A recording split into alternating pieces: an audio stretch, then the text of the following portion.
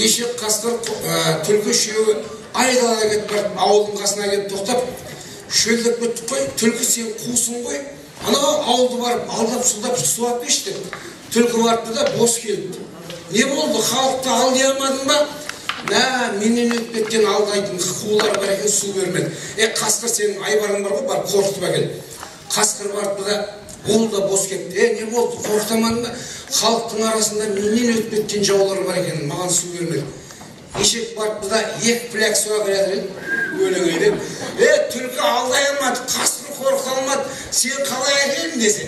Ой әкең, ояқта да мен түсінетін бір ишек бар екен деп.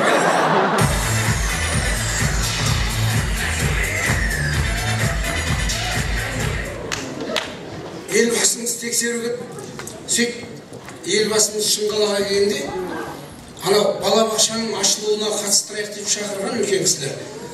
Лентасын қисынды. Сөйтіп қараса, балабақшаның төбесінде Нұр Отан жасасын, оппозиция құрсын деген жазып отыр дейді. Елбасымыз өкпелеп, болмайды ғой бұл. Бала маған түсінбейді. Бұлайша өкпелеп, балабақшаны аралауға кіріп кеткен, қайтып шығып келгенше, баланың тілімен ана сөзді ауыстырып қойды. Нұр Отан әйей, оппозиция какай деп.